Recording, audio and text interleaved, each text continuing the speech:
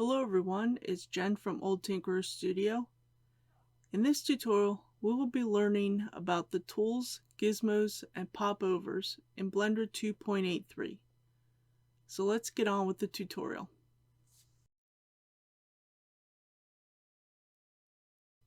The tools are located on the left side of the viewport in the toolbar. The Select tool allows you to select an object in your scene. You can use the Select tool to select multiple objects. Simply hold down your left mouse button and drag. You can box select objects. The 3D cursor tool allows you to left click anywhere in the scene and move the cursor. If you accidentally move the 3D cursor, you can use Shift S to bring up the pie menu for the cursor.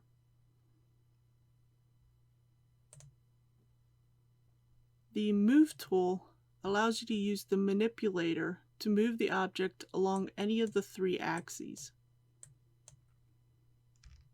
In addition, there are three plane-like indicators on the manipulator that allows you to move in two of the three directions. For example, if you hold down the left mouse button over the blue plane, you can only move the object in the X and Y axes. The Rotate tool allows you to smoothly rotate the object.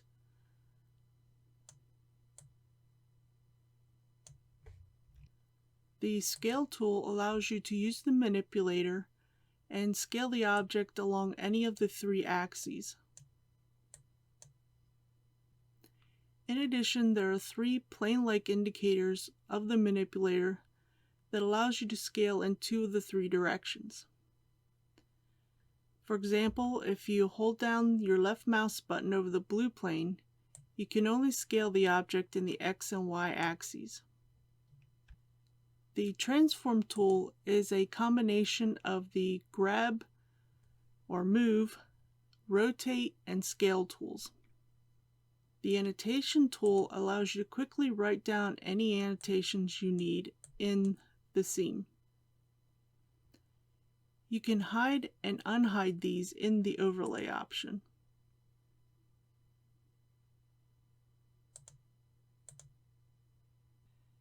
The Measure tool allows you to measure a section of the mesh.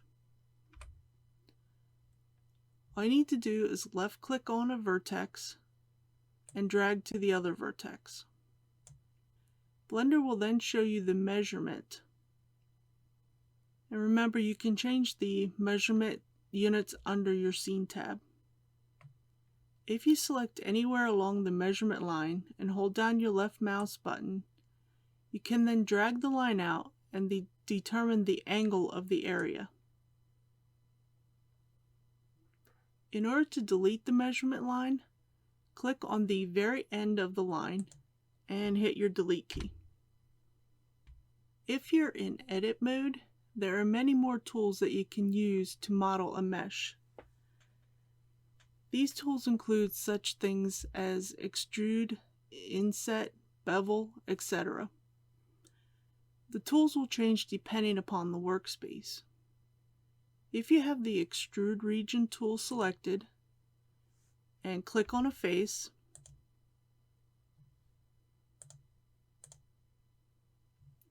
you will notice a new gizmo. By simply left dragging the gizmo, you can now extrude a region of the mesh. When you have the Inset tool selected and click on a face, you can now simply hold down the left mouse button and drag to inset the face.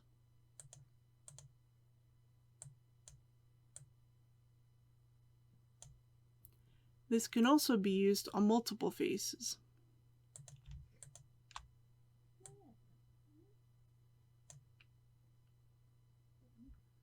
With the Bevel tool, all you need to do is select an edge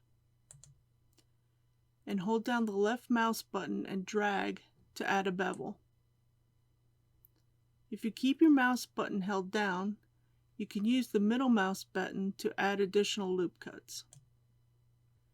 The Loop Cut tool adds a loop cut to the mesh, which you can immediately slide to a new location by holding down the left mouse button. To add more than one loop cut, you can simply go to the header and change the number of cuts field. The knife tool allows you to add an edge loop between two edges without the need to add unneeded extra edge loops on the mesh.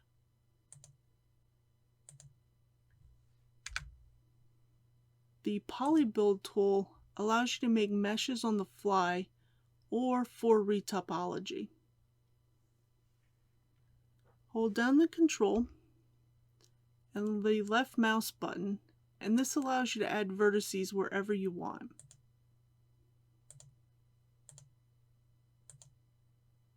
Once you have the vertices, you simply select the vertices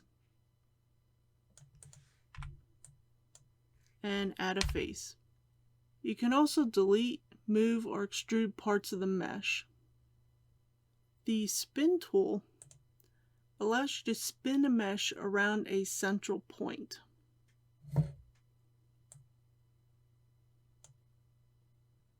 The smooth tool smooths the selected vertices.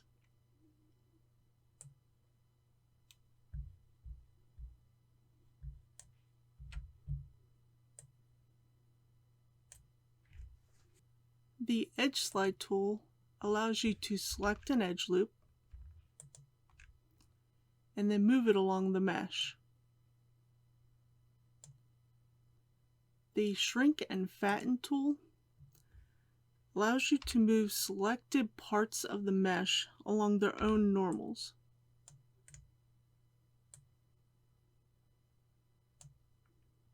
The shear tool shears selected parts of the mesh.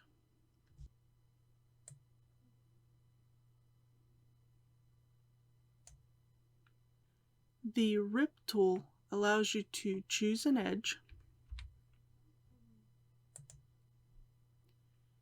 and create a hole in the mesh.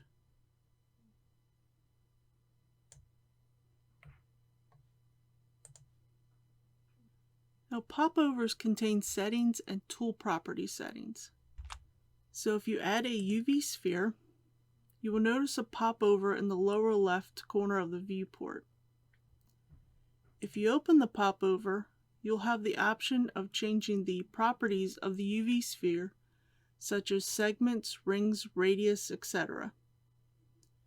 As soon as you click away from the object, in this case the UV sphere, the popover will disappear and you cannot make changes to the properties. In the next Blender 2.83 Basics tutorial, we will be exploring multi-object editing, materials, and rendering. If you're interested in learning more about 3D art and animation, don't forget to subscribe and turn on the notification bell. Thanks for watching. Have a good day.